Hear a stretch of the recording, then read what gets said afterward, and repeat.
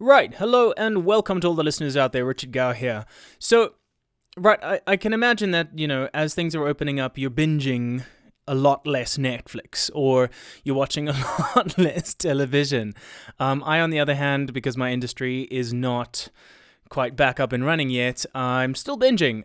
So I've spoken about RuPaul's Drag Race before, but I was watching season 8 because, who doesn't love Bob the Drag Queen? And if you don't know who Bob the Drag Queen is, I suggest you go check it out.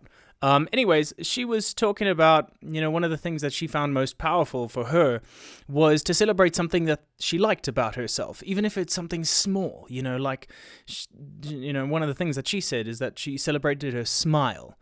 Because, when you start with just one thing that you like about yourself, you start to accept everything else, right? And you start to grow to like your little quirks and the little things that make you you. And I thought that was just really, really powerful because I suppose like all of you, I grew up with a couple of things that I didn't really particularly like about myself physically, which, then became internal and became an internal battle. I didn't, I guess it's weird to say, but like, I guess I've never really put this out there, but like, I never really liked my nipples growing up. Is that a weird thing for guys to say? But anyways, I never really liked that about myself and my body, and I was very conscious about that. And as I grew up, I was slightly overweight, and I got teased and bullied a lot for that. That even continued into my adult life, which was really shitty. But it's one of those things that when I don't know, I guess you get over it when you get over it, and you stop caring when you stop caring. And I went excessive with, my weight loss and all of that, and I became very, very underweight. I was pretty strong. I've always been pretty strong, but I went really underweight at one point, and, it's always been a constant battle for me to try and figure it out. And it's not something that I speak about very often because, I guess no one really likes to talk about their insecurities.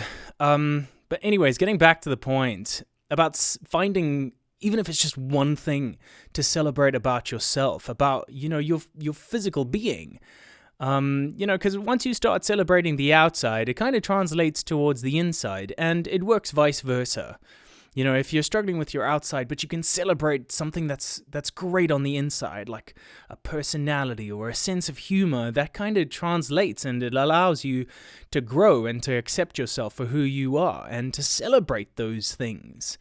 So, I've always been very, very blessed with, I guess, like, I've always had really, like, strong legs and, all of that, because I was a sprinter, and I played rugby, and all of that, and, that was one thing that I really liked about, me growing up, and all of that, and, I guess there's so many, but it's all about finding those things that you like. Like, I like my smile. I think it's a nice smile. I don't really like all the wrinkles on my face, but so what, and I like that I have a full-ish beard. I like wearing my beard. So I'd like to celebrate that and all of those wonderful things. So yeah, today, if you're struggling with finding a little bit of motivation and you're struggling with finding a little bit of happiness, why not just find something, head off to the mirror and say, hello, old friend, and find something that you can celebrate about you, about your physical appearance. Whether it's your eyes, whether it's your nose. Do you have a button nose? Is it a smile that lights up the room? Is it a fashion sense? Is it the way you smirk, or like if you give a cheeky look here and there? Those are all wonderful things, and that are at your disposal that you can celebrate today. It's all about finding things every single day to celebrate. This is a thought that I've always had. Is life really happening when you're asleep? I know that sounds bizarre, but because you have no real recollection of when you are asleep, because your brain kind of switches off, like, what actually happens? Is that real? Are your dreams real? Is life real? Whatever. So every day, I think of sleeping as like a reboot, like a restart, right? And I guess that's what, the cycle of the sun and the moon kind of symbolizes. And it's just such a powerful thing for me that every single day I get to kind of start anew, right? I've said this before that yesterday is, it's a lesson, and tomorrow is a hope for the future. And today's the only day that you're really alive. So today you get to decide what to celebrate. Today you get to decide what to learn. Today you get to decide how you interact with the world and how the world interacts with you. So finding something about yourself to celebrate is a celebration in itself. And I love that. And on that, I hope you guys are having a great week so far. Happy klein dag.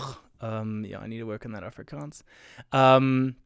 But I hope you have a wonderful day, and if it's morning, have a beautiful morning, and if it's evening, have a beautiful evening.